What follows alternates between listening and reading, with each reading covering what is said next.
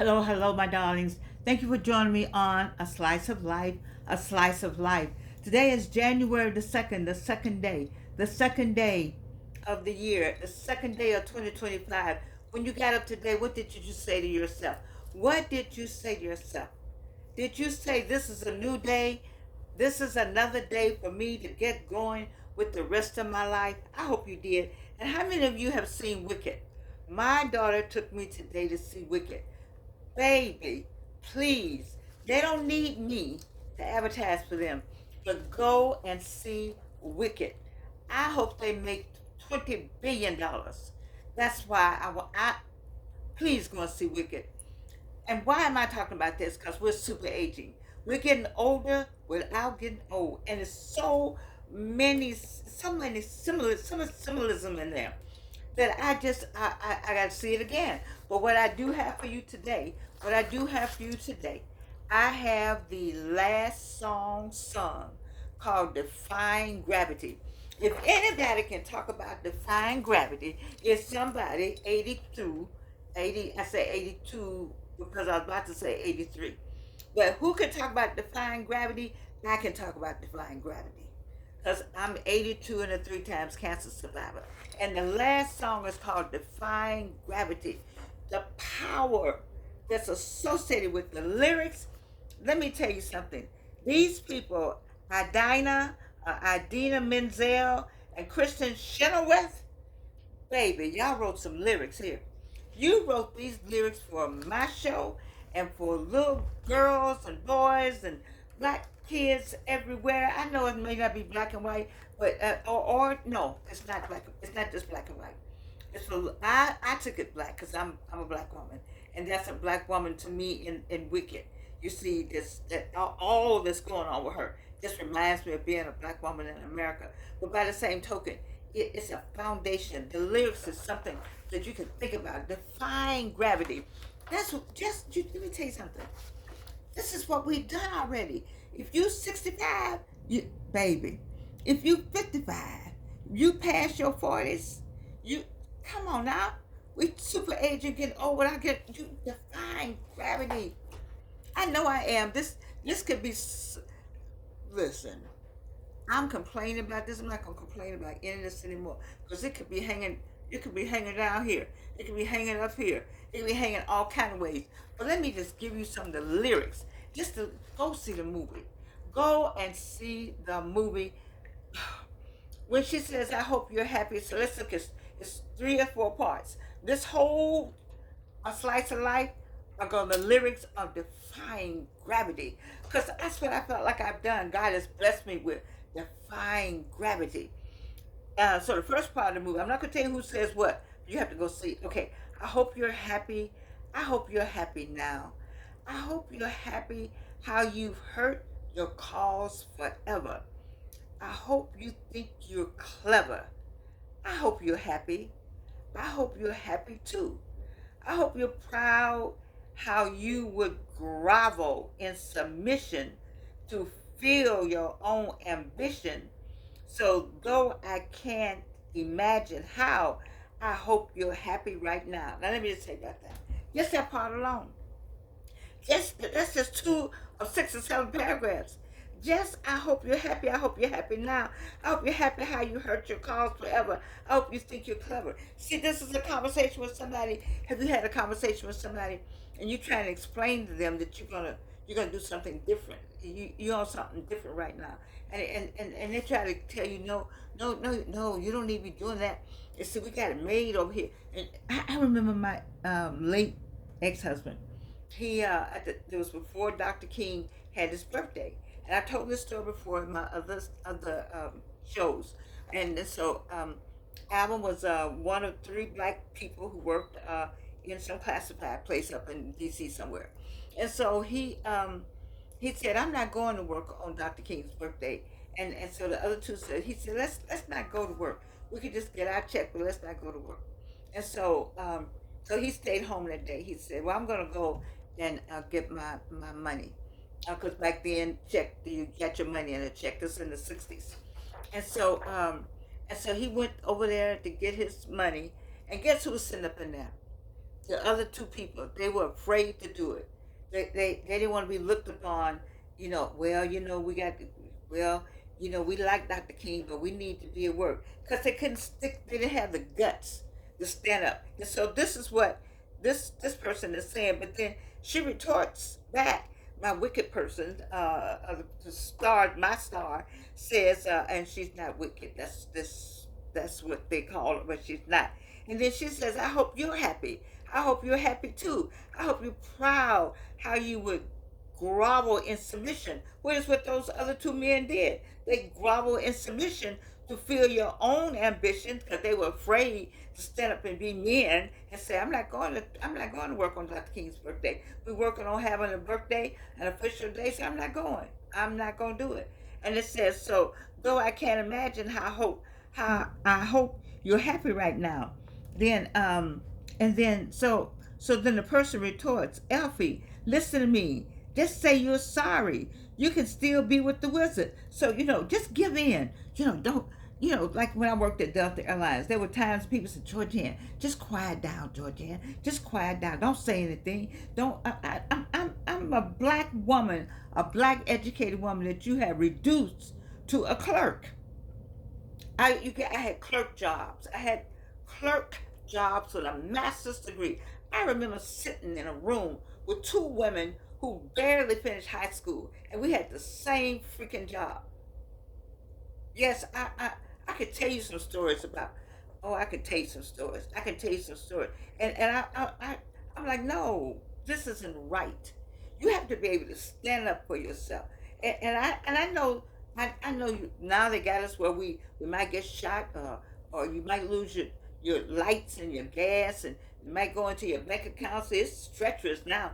There's all kind of surveillance on your house. The helicopters were going over the house today. I just decided that I wouldn't even deal with it. I guess they were looking for somebody in the woods. I don't know, but there's no reason for low flying airplanes to be over here where we live. I know that, but we had low flying airplanes today. I was like, what's that all about? They got drones now, so I can see where there may be a subtle fear factor going on in America, and after January 20th, it may not be subtle. It may be just open. But then when she responds and says, Elfie, listen to me. Just say you're sorry. You can still be with the wizard. See, that wizard represents a lot. That wizard represents that check you get every other day, every other Wednesday, or that check you get on the 15th and last day of the month, or whatever it is with it that you got to have to live. The wizard comes in all kind of forms. The wizard is the boyfriend, ain't doing right, or the girlfriend's not doing right, or the partner's not doing right. But you stick with them anyway because you don't want to be by yourself. You didn't want to be by your certain age now. It's a whole lot of wizards out here. You see, so she's saying you can still be with the wizard. What you worked and waited for, you can have all you ever wanted. You see, because that wizard is shiny and is sitting right there waiting for you. And so why not go with the wizard? It's right here. Why would you go against having everything you want? It looks good over here. It looks good over there. Girl, you need to go on with that. Honey, you need to go. Child, all that kind of foolishness goes on because we don't want to stop and say, no, I'm not. I told my daughter today I said, no, I'm not. I wish some time ago I had said, no, I'm not. There's a lot of people, but I kept staying with people and hoping they would turn around and remember me. People don't care anything about you. You better stay on your lane, stay in your lane, get on your business, get on God's business. We're supposed to now. I just believe we all got different talents, and the different talents are supposed to come together to help one another. But a lot of times you have a talent, and there's somebody sucking up your talent, and they take it and make it their talent. It's not a collaboration. It's a conquering. They conquer your talent and make it their talent and kick you to the curb.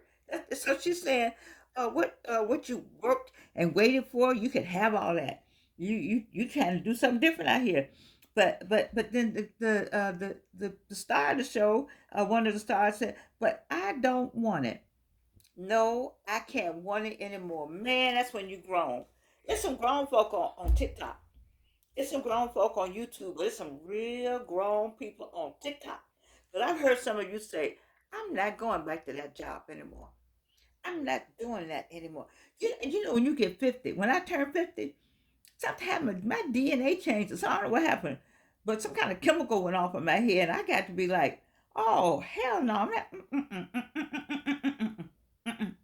you know, and maybe you have to wait till you get 50 to get there. But she says, I don't, when you say I don't want it anymore, that's a hard, you know, you grown when you say you don't want it anymore, especially when it comes to somebody you really like. Let's get that love life going on. You say, you know what? My heart is aching. My heart is aching.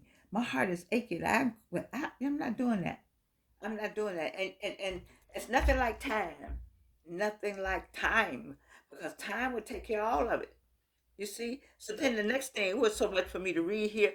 I may have to do this in 2 shows. Wait a minute. Something has changed within me. Oh, hallelujah. How about that feeling when something has changed in you? Come on now, something has changed in you. If you're watching me, something has changed in you. The people on the other side of the screen, something has changed in you. You're not that person that they thought you were. You're not that same person. 2025 and brought a new something. Those of you who gonna be 50, you got a new look. You know, and those who gonna be looking at 60, 60 right here, 60 right, 60. You can't get around. Ooh, wait a minute. Wait a minute now. Wait a minute now. I'm about to be 60. So, I'm telling you. I'm telling you. I'm telling you. I'm telling you. I. She says no. I can't want it anymore. Now that's a different statement. I can't want it anymore. You can want it. It's some stuff I want. It you know, I suffer from a broken heart. I suffer from a broken heart, but I'm going to carry my broken heart right onto my grave at this point. But I suffer from a broken heart. But I had to tell myself I can't. I can't want it anymore because then they ain't want me right. You see, and so here she says something has changed within me. Something is not the same. How many of y'all woke up with that in 2025? Did you wake up with? Man, did you get up and look in the mirror and say, wait a minute now, something's not the same in me? How many of y'all woke up with that? That's my question for today. And it just says, I'm through with playing by the rules of someone else's game. Baby, when they wrote this right here, they looked down. They I don't know what other races, but they certainly looked into the black community. They looked at a lot of black women. The people who wrote this, the Menzel and CHENOWETH, you wrote this right here. Let me say it again, Reno, for the people in the back.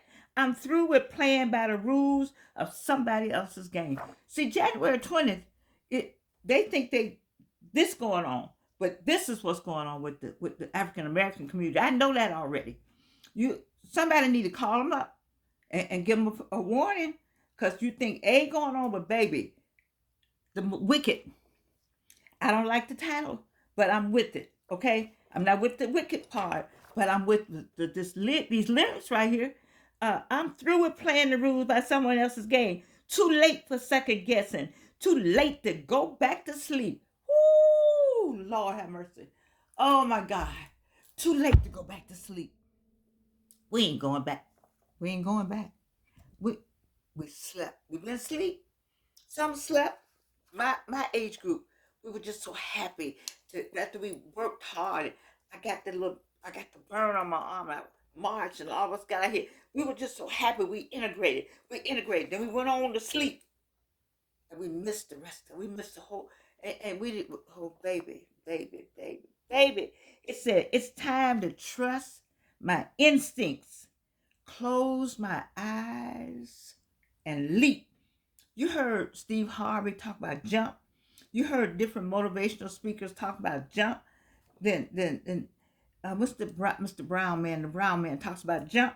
It's time to trust my instincts. You know what you're supposed to be doing. Who knows you better than you? Who? You know what my job is? To remind you of who you are. Wait a minute. I haven't done it in 2025. Wait. I haven't done it in 2025 yet. The dollar store, when I go to the dollar store, it ought not be a mirror in there. When I go to the dollar store, over here at Greenbrier, I better not find a mirror. All of them need to be at your house, by your bed, by your wherever, so you can pull it out and say what? It's time to trust my instincts. See, when I had an idea, I told you all this. I have an idea. I didn't trust Jordan. I'm like, I don't know. Let me go tell somebody. Every damn time I told somebody, it was a problem. It was a problem because I told them and they boo-booed on it, or I told them and they figured out how to steal it and make it their own. It's time to trust my instincts. Close my eyes and leap. Close your eyes and leap. It's a parachute. You think God ain't got a parachute out there for you? Do you think he would give you an idea and don't give you the parachute? Hell, I'm a clear example. You think that there are 3 times I heard them say I got cancer. How you think I feel? Anybody out there, they told you you got cancer? Who did they tell? They tell you? Maybe they told somebody over here. Who did they tell? How'd you feel? How did you just hear about it? Or do you remember when they told you? Then try hearing it 3 times. Try hearing it 3 times. See how you feel. Nobody ever asked me how I feel about that. That's why I tell y'all, wait a minute. It's time to try defying gravity. You know what? I can't go no more. I got 2 pages. Go look up. This is gonna be part 1. Today is defying gravity from the movie Wicked, the last song at the finale. I gotta do part 2 tomorrow. I can't do it because I'm overwhelmed.